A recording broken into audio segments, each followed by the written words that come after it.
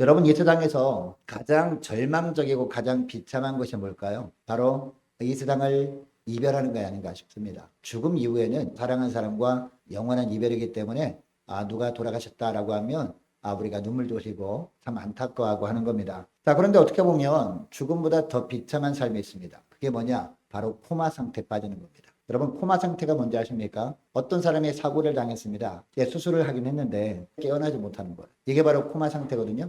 여러분, 아예 완전히 죽었더라면 아무리 정말 사랑하는 사람이라 그럴지라도 세월이 흐르면서 점점 잊혀지지 않겠습니까? 그런데 코마 상태 빠지면 어떻습니까? 병원에 찾아가긴 합니다. 근데 누워있는 사람은 전혀 깨닫지 못하는 거예요. 찾아간 사람만 사랑하는 사람 이름을 불러봐도 대답이 없는 거죠. 여러분, 호흡이 살아있음에도 불구하고 세월이 흘러도 변함없이 죽은 듯이 누워있다면 모든 사람들이 안타까워할 겁니다. 여러분, 교회도 마찬가지인 것 같아요. 창립된 지 너무나 오래되었음에도 불구하고 등록하는 사람이 한 사람도 없어요. 전도도 하지 않고 예배 생명력도 없고 하면 예배 참석한 사람들은 느끼지 못하겠지만 교회 주인 되신 주님이 보실 때 뭐라고 할까요? 코마 상태에 빠진 것이다 라고 말씀하실 수도 있다라는 겁니다. 여러분, 성도도 마찬가지예요. 교회 나온 지 1년이 되고 10년이 되고 20년이 되었습니다. 심지어는 모태신앙은요, 평생 동안 예수를 믿어왔습니다. 자, 그런데 평생 동안 예수님을 믿어봤는데 변하지 않는 겁니다. 성숙함이 없는 겁니다. 하루하루 아무런 영적인 느낌도 없이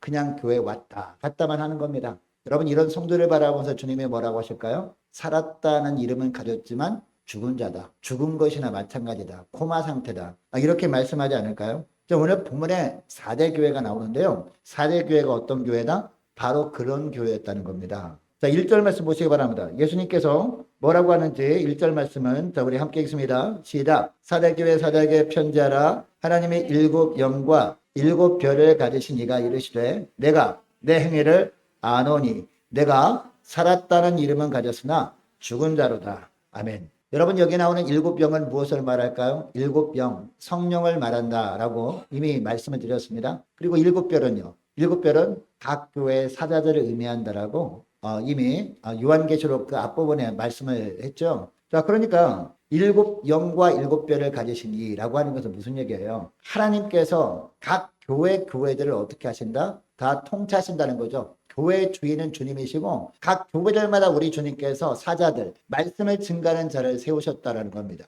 그러니까 이 4대 교회도 주님이 몸된 교회고 주님께서 주인된 교회 중에 하나라는 겁니다. 그래서 4대 교회가 주님 보시기에는 사람들은 그래도 우리 교회는 살아있는 교회라고 하지만 주님 보시기에 죽은 자다라고 말씀을 하시지만 그래도 기대를 하고 있다는 겁니까? 없다는 겁니까? 기대를 하고 계시다라는 겁니다. 그래서 이 말씀을 하고 있다는 것이죠. 여러분, 4대 교회는요, 겉보기에는 너무나 왕성한 교회였습니다. 수많은 사람이 볼 때 이 4대 교회를 지나갈 때마다 이 교회 정말 부럽다. 이 교회는 프로그램도 너무나 많고 그리고 예배 시간마다 사람들이 가득 차고 그리고 매 주일마다 성도들이 막 늘어나. 너무 부러워. 근데 사람들이 볼 때는 살아있는 교회인데 주님 보실 때는 뭐다? 죽은 교회다라고 평가하고 계시다는 겁니다. 여러분, 당시 4대 교회 교인들은요, 사람들이 보기에 많은 일을 하기도 했습니다. 지역사회에서도 일도 많이 했고요. 그래서 인간적으로 보면 많은 업적을 쌓았습니다. 그리고 그 4대 도시에서 칭찬받는 교회이기도 했습니다. 그럼에도 불구하고 하나님 보실 때는요, 그들의 행위가 뭐다? 죽은 것이었다라는 겁니다.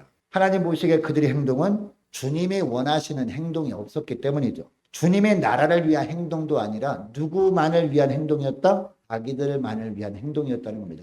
이렇게 하면 우리 교회가 칭찬받지 않을까? 주님이 보실 때 어떤 교회인가? 여긴 관심이 없는 거야. 우리가 어떻게 하면 사람들에게 좋게 보일까? 여기에만 온통 관심이 있었던 거예요. 그래서 사람들에게 인정은 받았을지 모르지만 주님께는 인정을 받지 못했다. 왜냐? 주님이 기대하시는 모습은 없었기 때문에 이런 말씀을 하는 겁니다. 여러분, 교회 안에 여러 가지 사역도 하고 또 기도도 하고 예배도 하고 여러 가지 봉사가 하는 건 당연히 중요하죠. 당연히 중요한데 더 중요한 게 있다는 겁니다. 더 중요한 게 뭡니까? 주님이 간절히 원하는 게 뭐다? 바로 말씀을 지키는 거죠. 교회. 여러 가지 봉사를 하는 것도 물론 중요하지만 말씀을 통해서 정말 하나님 나라를 위한 일이 무엇인지를 분명하게 깨닫고 그 일을 하는 것이 더 중요하다는 거예요. 단순히 그냥 봉사만 한다고 그게 중요한 것이 아니라 이 말씀을 하는 겁니다. 많은 업적을 쌓는 것도 물론 중요할 수 있습니다. 그러나 하나님께서 원하시는 삶을 살아가는 것이 더 중요하다 이 말씀을 합니다. 여러분, 우리 믿음이 어떤 상태인지 우리 스스로 알 수 있을까 없을까요? 우리가 스스로 평가할 수 없지만 우리 믿음이 어떤 믿음인지 알 수 있는 방법이 있습니다. 그게 뭐냐? 하나님께서 평가하실 때 여러분 뭘 보고 평가하실까요? 열매를 보고 평가하시잖아요. 그죠? 열매로 그 나무가 어떤 나무인지 안다라고 말씀하셨죠? 마태복음 7장 16절 말씀 보니까 그들이 열매로 그들을 알지니라고 하면서 그 다음에 어떤 말씀하는지 아십니까? 가시나무에서 포도를 또는 엉겅퀴에서 무화과를 따겠느냐라고 하고 있습니다. 가시나무에서 포도나무를 얻을 수 있습니까? 얻을 수 없다라는 것이죠. 그리고 엉겅퀴 나무에서 무화과 열매를 얻을 수 없다라는 겁니다. 그 무슨 얘기냐? 사람들이 보기에는 아무리 그렇게 보인다 그럴지라도 삶의 행위에서 하나님께서 원하시는 열매가 나타나지 않으면 그 사람은 믿음이 있는 것이다 없는 것이다? 없는 것이다라는 거예요. 여러분 하나님의 평가가 진짜 평가예요. 우리가 볼 땐 난 그래도 믿음이 있어. 내가 볼 때는 옆에 사람은 믿음 있는 것 같아 라고 하지만 하나님의 평가가 진짜 평가인 줄 믿으시기 바랍니다. 자, 오늘 본문에 등장하는 사대교회는요. 사람들의 눈에는 정말 건강한 교회처럼 보였습니다. 그러나 주님의 눈에는 죽은 교회였다는 겁니다. 자, 주님은 2절에서 다시 뭐라고 합니까? 내 하나님 앞에 내 행위에 온전한 것을 어떻게 했다? 찾지 못했다. 주님께서 찾지 못했다. 열매를 결코 발견하지 못했다. 주님 보시기에 이 말씀을 하고 있습니다. 여러분 사대교회에서 행위의 온전함을 찾지 못했다는 건 어떤 뜻일까요? 삶 속에서 예수님만을 의지하고 예수님만을 앞세우는 모습이 발견되지 않았다는 겁니다. 겉으로 보기에는 신자인 것처럼 보였습니다. 그러나 실제로는요. 세상 사람들과 별반 다를 바 없었다. 이 말씀을 하는 겁니다. 겉으로 보기에는 교회도 옵니다. 예배도 드려요. 그리고 기도도 합니다. 헌금도 드립니다. 그래서 겉으로 보일 때는 교인 같아 보입니다. 그러나 주님이 보실 땐 세상 사람들과 별반 다를 바 없다라는 겁니다. 여러분 사람들은 겉모습만 보죠. 행위만 봅니다. 근데 주님은요. 속 마음도 다 들여다보십니다. 겉으로 볼 때는 정말 멋진 교회였어요. 근데 주님께서 속을 들여다보니까 죽은 교회였다. 코마 상태였다라는 겁니다. 여러분 그저 남들한테 잘 보이기 위해서 칭찬 듣기 위해서 그리고 좋은 소리 듣기 위해서 자신의 유익과 출세만을 위해서 우리가 믿음 생활을 하고 있다면 주님은 우리를 바라보시면서 똑같은 평가를 하실 줄 믿습니다. 너희를 보기에 스스로 평가하기에 살았다. 나는 믿음이 좋다라고 하지만 주님 보실 때 아니다 라고 말씀하실 수 있다는 겁니다.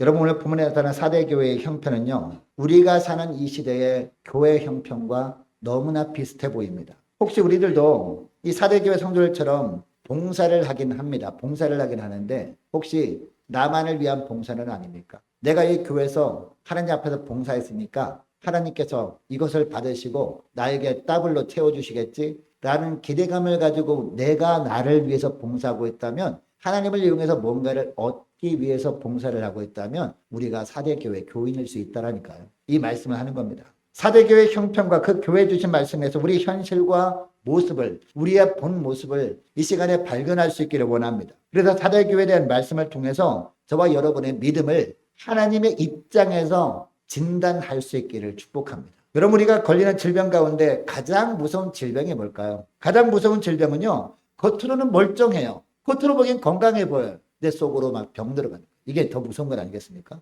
그래서 겉으로는 너무나 건강한 것처럼 보이는데 속으로 나도 모르게 막 썩어가서 어느 날 갑자기 쓰러져서 죽는 거예요. 이게 너무너무 무서운 질병 아니겠습니까? 그래서 우리 주님께서 우리가 그럴 수 있다는 거예요. 우리가 볼 땐 정말 건강한 믿음으로 살고 있는 것처럼 느껴져요. 나는 내가 보기엔 그래요. 근데 주님 보시기에는 속으로 막 썩어가고 있을 수 있다라니까요. 그래서 지금 빨리 하나님의 눈으로 하나님의 시각으로 진단해보고 건강한 믿음을 회복하라. 이 말씀을 이 사대교회 보낸 편지를 통해서 우리에게 말씀하고 있다는 겁니다. 여러분 그런데 사대교회는요. 그러면 무슨 이유 때문에 하나님 보시기에 죽은 교회가 되어버린 걸까요? 뭐 때문에? 그 이유가 있다는 거죠. 바로 한마디로 하면 안락함 때문이라는 겁니다. 안이함 때문이라는 겁니다. 왜 안락하게 되었을까요? 어떠한 어려움도 없는 거예요. 여러분 교회에서 그리고 저와 여러분의 삶 가운데 고난이 전혀 없는 상태로 믿음 생활을 하면 참 좋겠다라고 생각하면서 그렇게 기도하지 않습니까? 하나님 너무 힘들어 죽겠습니다. 하나님 저의 삶 가운데 어려움이 하나도 없게 하시고 평안하게 믿음 생활을 하게 해달라고 그렇게 기도하면 응답해 주지 않는 것이 복입니다. 여러분. 왜냐하면 우리가 평안한 상태에서 믿음 생활을 하게 되면 뭐가 찾아와요? 안락함이 찾아와요. 방심하게 됩니다. 안이함이 찾아옵니다. 그러다 보면 어떻게 돼요? 속으로 점점 죽어가고 있는데 나는 발견하지 못할 수 있다는 거예요. 점점 4대 교회로 변모될 수 있다는 거예요. 그래서 하나님은 우리를 정신 차리고 깨어있도록 하기 위해서 뭘 주시는 거예요? 간혹 가다가 고난을 주시는 겁니다. 우리 교회도 하나님의 어려움을 안 주시잖아요. 평안한 가운데 계속해서 가만히 있는데도 불구하고 성도들이 막 몰려들고 하면 얼마나 좋겠습니까? 할렐루야 이렇게 하죠. 근데 이렇게 가만히 있는데도 불구하고 막 부흥하는 것처럼 보이고, 그리고 예배 시간마다 사람들이 막 몰려들어서 예배 좀 너무 신날 것처럼 보이죠. 근데 뭐에 빠질 수 있어요? 안일함에 빠질 수 있다. 안락함에 빠져서 결국은 속으로 병 들어갈 수 있다. 그래서 하나님께서 어려움을 주시는 거예요. 저희 여러분의 삶에도 고난을 그래서 주시는 거예요. 여러분의 가정에도 어려움을 그래서 주시는 거예요. 어떻게 하라고? 정신을 차리라고. 안일함에 빠지지 말라고. 이 말씀을 하는 겁니다. 여러분, 사데라는 도시는요, 이 두아디라 남동쪽 한 48km 정도 떨어진 곳이거든요. 그리고 이 도시는 그 당시에 섬유 산업이 굉장히 발달한 도시였다고 합니다. 그리고 그 사대 지역의 특징은요, 이 돈이 많은 부자들이 그렇게 많아요. 왜냐? 거기에는 귀금속들이 그렇게 많았대요. 이 산이 그쪽 동네 산은요 다 돌산들이거든요. 이 돌산들이라 광산을 딱 파보면 거기에 사금들이 얼마나 많이 발견되는지. 사금이 뭐예요? 금이잖아요. 금, 은, 동 이런 것들이 너무나 많이 채굴되는 그런 곳이었다고 합니다. 그러다 보니까 다른 나라도요, 다른 나라에서 일단은 침공하기 위해서는 이 사대 지역을 침공해서 차지해야 자기 나라의 어떤 그 경제력으로 부강을 일으킬 거 아닙니까? 그래서 다른 나라에서 자꾸 이렇게 침공하려고 합니다. 근데 사대 지역이 어떤 곳이냐면요, 해발 250m 절벽 위에 세워진 도시였다고 합니다. 물은 철도같이 막을 거 아닙니까? 다른 적군이 쳐들어오게 되면. 근데 양쪽 둘러가면서 다 절벽이야. 그 쳐다보기만 하지 들어볼 수가, 침공할 수가 없는 거야. 천혜의 요새였다는 겁니다. 그 뒤쪽에는 강이 흐르고 있고, 그러다 보니까 이게 너무 철통같이 방어가 되는 곳이, 안전한 곳이었다는 겁니다. 사대 지역이. 그러다 보니까 어떻게 됐어요? 이 도시가 다른 도시에 비해서 또 로마의 간수도 별로 받지 않았다고 합니다. 거기다가 경제적으로 부해지니까 자동적으로 어떻게 돼요? 도덕적으로 너무나 문란하게 되었다는 겁니다. 그리고 퇴폐적인 풍조가 만연하게 되었고요. 일반 시민만 그렇게 된 것이 아니라 이런 나쁜 영향이 어디까지? 사대 교회 안에까지 영향을 미치게 되었다는 거예요. 사실 사대 교회는요, 에베소 교회처럼 니골라당의 그런 유혹도 없었거든요. 뿐만 아니라 이 서머나 교회 같은 핍박도 없었단 말이에요. 그런 박해도 없었단 말이에요. 그리고 버가모 교회처럼 이 발람의 거짓 교훈도 없었던 교회였거든요. 그리고 두아드라 교회처럼 자칭 거짓 선제라고 하는 이세벨의 유혹도 없는 곳이었거든요. 그러니까 어떻게 보면 교회가 얼마나 평안합니까? 얼마나 안전합니까? 그냥 교회 와서 예배드리면 돼요. 핍박도 없으니까. 그러다 보니까 어떻게 됐어요? 자연스럽게 게을러지고 나태해지게 되었다는 겁니다. 자칭 거짓 선자나 이단의 공격이 없다 보니까 교인들 또한 바른 신앙생활에 별로 그냥 관심이 없게 된 겁니다. 그 늘어가는 건 뭐뿐이었다? 안일함 뿐이었다는 겁니다. 영적인 안일함. 그래서 그들에게는요, 이처럼 육신적인 부유함에 만족하는 모습밖에 없었다는 겁니다. 문제는 뭡니까? 이런 안일함과 육신적인 안락함에 취해 있다 보니까 영적으로 어떻게 됐어요? 내면적으로 점점 병들어 갔다는 겁니다. 주님 보실 때 겉으로 볼 때는 너희들이 건강한 교회처럼 주장하는데 내가 볼 때는 너희들이 죽은 교회다라고 평가하실 수밖에 없는 거죠. 여러분, 많은 그리스도들이 하나님께 나와서 좀 평안하게 해달라고 기도하는데 그것이 꼭 좋은 것만은 아니라는 것을 기억할 수 있기를 원합니다. 진짜 우리가 하나님이 원하시는 기도를 해야 되는데 하나님이 어떤 기도를 원하실까요? 하나님 제발 좀 고난이 없이 평안해 주세요. 이런 기도하기 원하는 것보다도 어떤 기도 원하실까요? 하나님, 저희 삶 가운데 너무나 큰 환난과 시련과 어려움이라는 파도가 밀려오고 있는데 계속해서 밀려오고 있는데 견딜 수 있도록 힘 주시옵소서. 이런 기도를 하나님이 받길 원하십니다. 이런 기도를 하는 자를 주님이 너무나 이뻐하시면서 뭘 주실까요? 능력 주십니다. 힘 주십니다. 은혜 주십니다. 그래서 이처럼 계속해서 밀려오는 여러 가지 고난과 환난과 시련의 파도를 믿음으로 뛰어넘으면서 뭐가 자라요? 믿음이 자라게 되는 겁니다. 믿음이 성숙해지게 되는 거란 말이에요. 그래서 웬만한 고난 가운데 있어도 불평하기보다도 하나님, 이 고난을 이길 수 있는 힘을 주셔서 감사합니다라고 하면서 날마다 감사 찬양하며 살게 되는 것이죠. 이것을 사대 교회에게만 원하시는 것이 아니라 우리에게도 원하신다는 거예요. 여러분, 그러니까 자꾸 성공만 계속하는 것이 결코 좋은 게 아니거든요. 왜? 방심하셨기 때문에. 여러분, 다윗을 한번 생각해 보세요. 다윗이 언제 범죄하죠? 다윗이 밧세바를 범할 때 있었잖아요. 그때 언제 범죄합니까? 전쟁 나갈 때마다 맨날 승리했어요. 가면 백전백승했어요. 그래서 어느 날 이 신하들이 다윗 왕에게, 왕이시여, 그동안 왕께서 고생만 하셨는데 이번 전쟁은 우리가 하겠습니다. 좀 쉬십시오라고 하면서 암몬과의 전쟁에서는 안 나갔단 말이에요. 안 나가고 왕궁 위를 거닐다가 뭘 봅니까? 밧세바가 목욕하는 게 보인 거죠. 결국은 죄를 범한 거 아닙니까? 언제 죄를 범했어요? 이처럼 전쟁을 계속하다가 잠깐 쉴 때, 방심할 때 죄가 들어온 겁니다. 여러분뿐만 아니라 느부갓네살 왕이 언제 교만해지게 됩니까? 여기저기 이곳저곳 다 정복한 다음에 평안해졌을 때 교만해지게 돼요. 결국 그래서 하나님이 치시잖아요. 그래서 짐승처럼 막 다니지 않습니까? 7년 동안을. 이처럼 여러분, 우리 삶 가운데 평안하고 아니란 것이 결코 복이 아닙니다. 죄가 들어오는 결정적인 찬스일 수 있다는 거죠. 우리가 속으로 죄로 말미암아 굶을 수 있는 그런 좋지 않은 기회일 수 있다는 겁니다. 어떤 사람은 생활에 여유가 있으면 기도도 좀 하고 예배도 열심히 드리겠습니다라고 하거든요. 근데 그분한테 생활에 여유가 생겼어. 물질도 생겼어. 여러분 신앙생활 제대로 할까요? 고난당할 때 예배도 안 드리고 기도도 안 하잖아요. 평안해지잖아요. 더 안 해요. 사단이 가만히 있지 않거든요. 고난당할 때 하나님 앞에 엎드리지 않았던 사람 평안해지잖아요. 문제가 다 풀리잖아요. 그러면은 여기저기 막 전화 와요. 뭐라고 하는지 아세요? 오늘만 꼭 예배 드리는 날이냐. 다음 주에도 주일 있고 그 다음 주에도 주일이 있으니까 오늘은 나랑 놀자.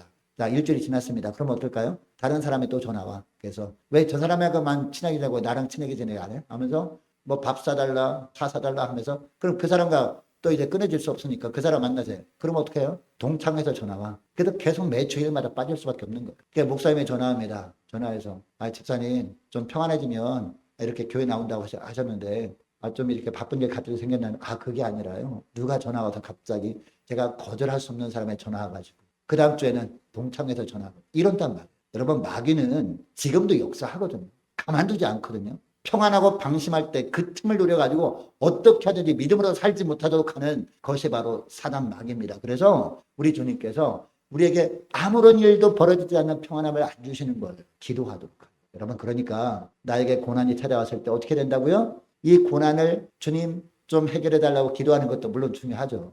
더 중요한 게 뭐예요? 지금 이제 고난 당하고 있지만 이 고난을 믿음으로 이길 수 있도록 은혜 베풀어 주옵소서. 기도할 수 있는 저와 여러분 되시기를 축복합니다. 여러분 지나간 기독교 역사를 살펴보면 부흥의 시기에는요. 대부분 핍박과 고난과 역경이 있을 때 부흥했다는 겁니다. 여러분 힘들게 살던 시절에는 새벽 예배도 길을 쓰고 막 나왔잖아요.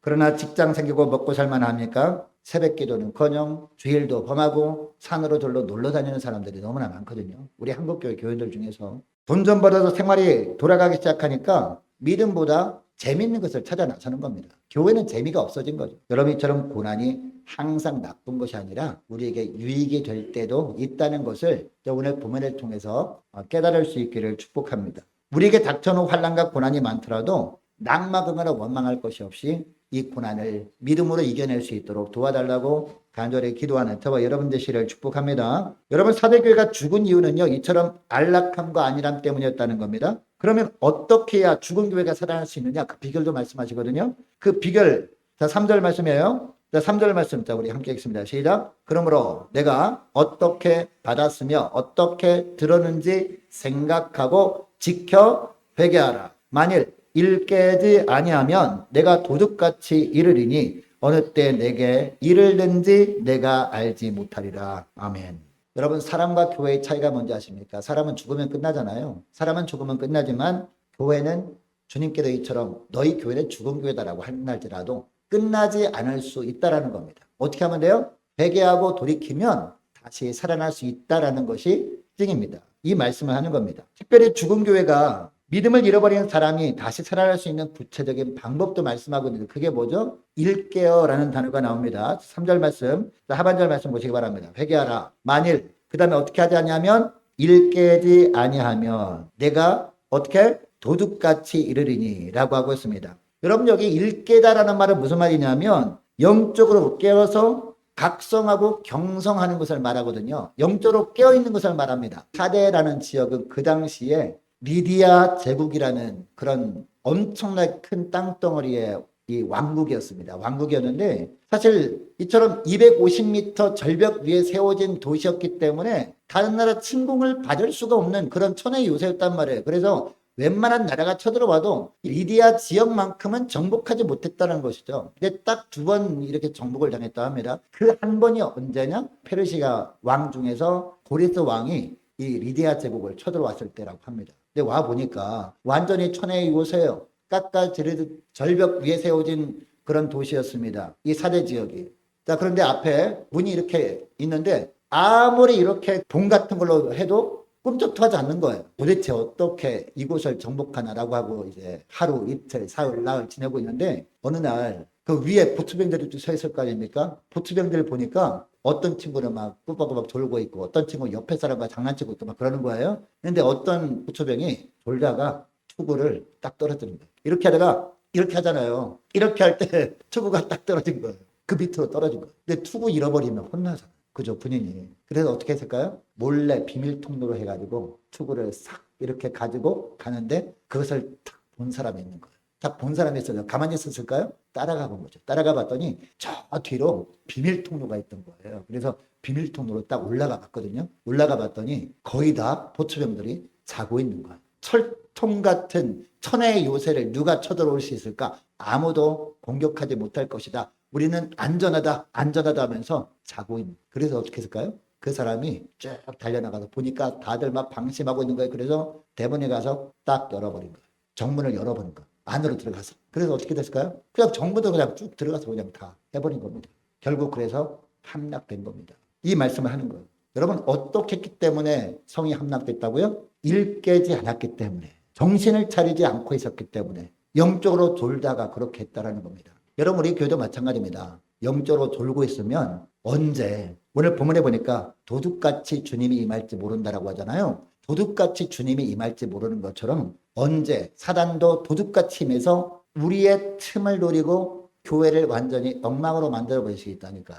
여러분 이 사대교회 말씀을 우리가 들으면서 우리가 소름이 끼쳐야 돼요. 이 이야기를 그 당시에 사대 도시의 사람들 모르는 사람이 없었다는 것이죠. 그리고 사대 교회 교인들도요. 이 이야기를 모르는 사람이 전혀 없었다는 거예요. 그래서 이 사대 교회를 향한 이 편지 있잖아요. 이 편지 내용 너희들 일깨지 아니하면 도둑같이 내가 임하리라 이 말씀이 딱 전해졌을 때 모든 사람들이 정신이 바짝 차려졌다라는 겁니다. 여러분 이 말씀이 사대 교회를 향한 말씀이기도 하지만 저와 여러분을 향한 말씀이기도 한 줄 믿으시기 바랍니다. 여러분 사대교회가 살 수 있는 방법이 뭐라고요? 간단하게 말하면 기억하고 회개하는 겁니다. 자, 우리 따라하겠습니다. 기억하고 회개하라. 기억하고 회개하라.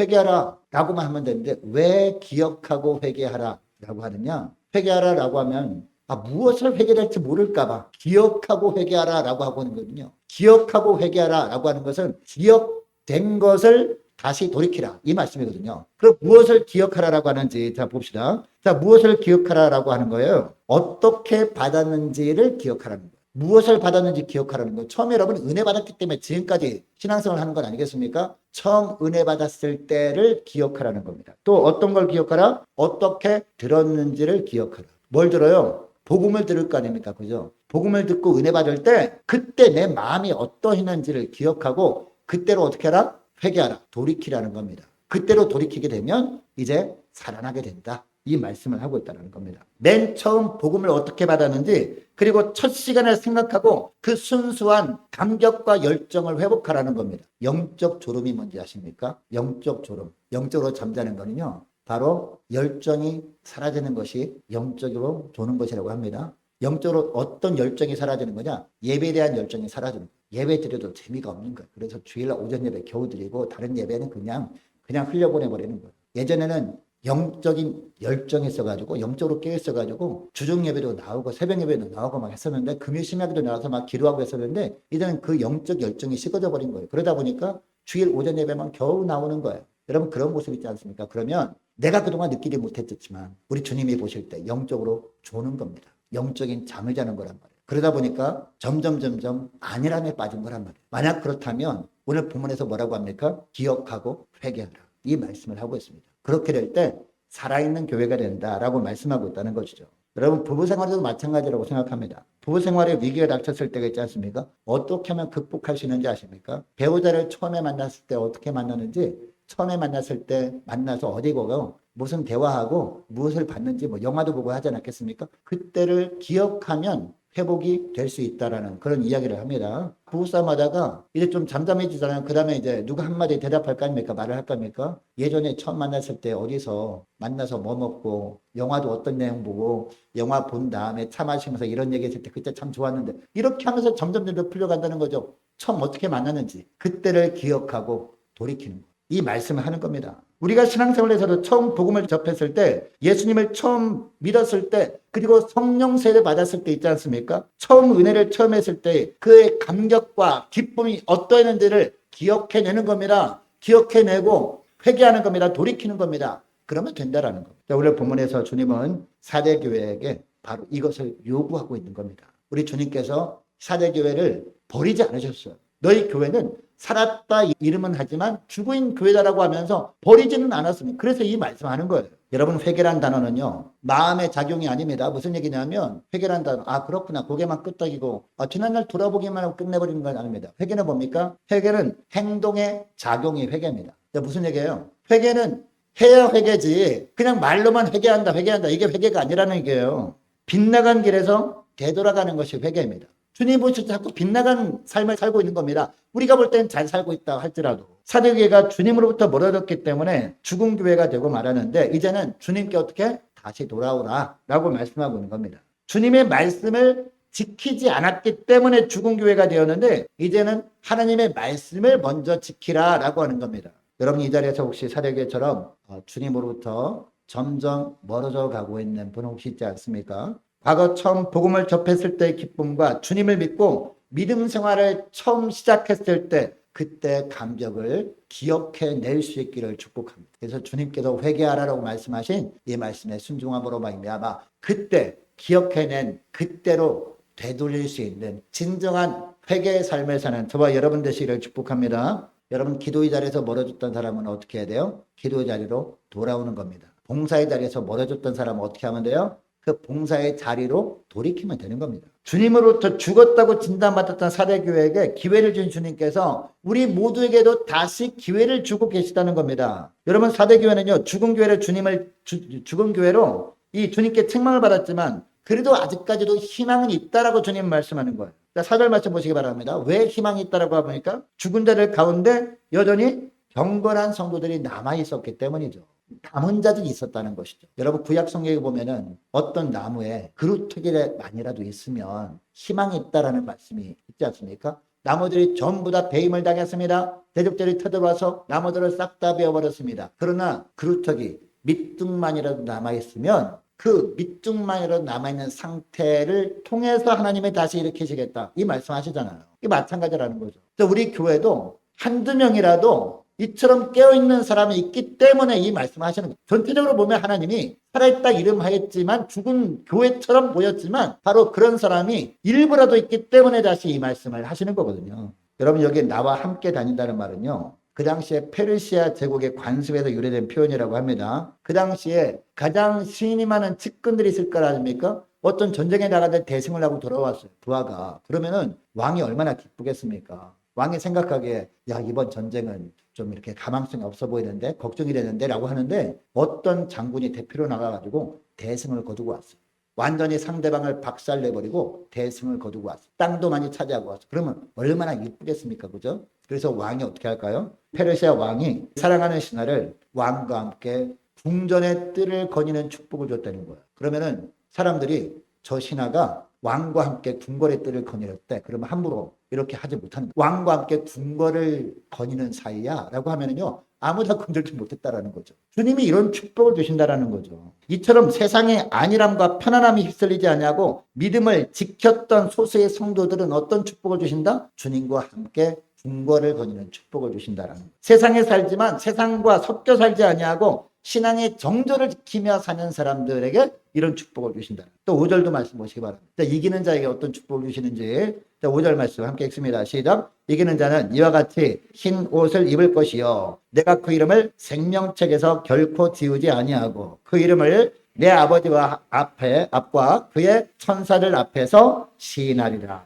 아멘. 여러분, 여기서 이기는 자는 어떤 상태를 말할까요? 영적인 코마 상태에서 깨어나는 거예요. 세속에 물들지 않는 소수의 사람을 말합니다. 말씀에 입각해서 행동으로 믿음을 보이는 사람들을 말합니다. 이 안일함과 편안함이라는 세상에 취해서 영적 코마 상태에 있다가 이제 기억하고 회개하라 라는 말씀을 딱 듣고 정신을 바짝 차리고 회개하고 깨어난 사람을 말하는 거예요. 여러분, 여기 흰옷은 무엇을 상징할까요? 성결을 상징합니다. 주님께서는요, 세상에 물들지 않냐고 믿음으로 승리하는 사람들에게 이처럼 무엇을 입혀주신다? 흰옷, 성결의 옷을 입혀주신다는 것. 그리고 귀하게 사용하신다는 거죠. 그리고 또 생명책에 반드시 흐리지 아니하고라는 말은요. 구속받은 자로서 확실하게 천국 시민의 자격을 부여해 주신다라는 말씀이에요. 자, 그리고 맨 마지막에 어떤 말씀합니까? 그 이름을 내 아버지 앞과 그의 천사들 앞에서 어떻게 하신다? 시인하신다. 우리 주님께서 장차 우리 주님께서 우리를 부르실 때 우리를 딱 보자마자 내가 너를 안다 라고 하시면 얼마나 감사하겠습니까? 그죠?